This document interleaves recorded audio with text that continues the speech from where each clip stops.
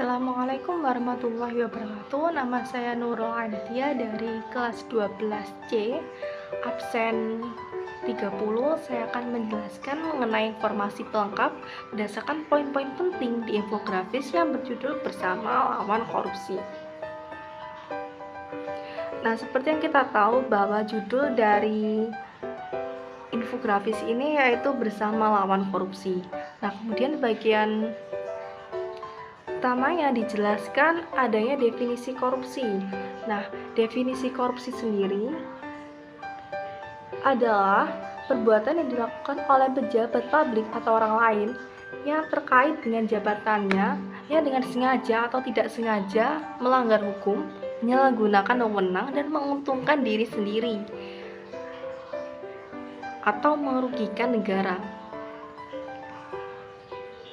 Nah, kemudian di sini juga dijelaskan bahwa adanya dampak negatif dari korupsi, dijelaskan dalam 4 poin.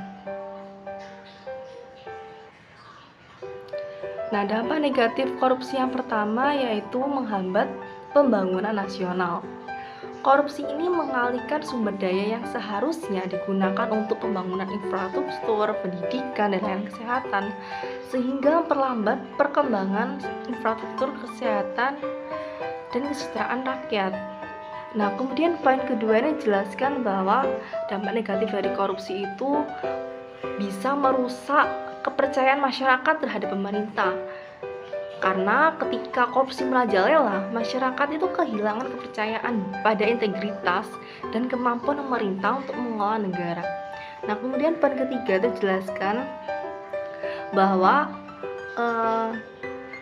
korupsi ini bisa berdampak meningkatkan kesenjangan sosial. Nah, korupsi ini memperkaya segelintir orang yang memiliki akses kekuasaan, sementara banyak masyarakat tetap hidup dalam kemiskinan. Nah, kemudian poin terakhir dijelaskan bahwa korupsi ini berdampak dapat melemahkan demokrasi dan hak asasi manusia. Korupsi ini mengganggu proses demokratis dan mengurangi perlindungan terhadap hak asasi manusia. Saya ambil contoh seperti menekankan kebebasan berekspresi dan memperkuat rezim otoriter. Nah, kemudian selanjutnya di infografis ini juga dijelaskan mengenai manfaat pemberantasan korupsi. Terdapat 5 poin. Nah, poin yang pertama yaitu meningkatkan pembangunan nasional dan kesejahteraan masyarakat. Dengan memberantas korupsi, sumber daya dapat digunakan secara efektif untuk pembangunan dan kesejahteraan masyarakat. Nah, kemudian poin kedua dijelaskan bahwa manfaat memberantas korupsi ini bisa memperkuat kepercayaan masyarakat terhadap pemerintah.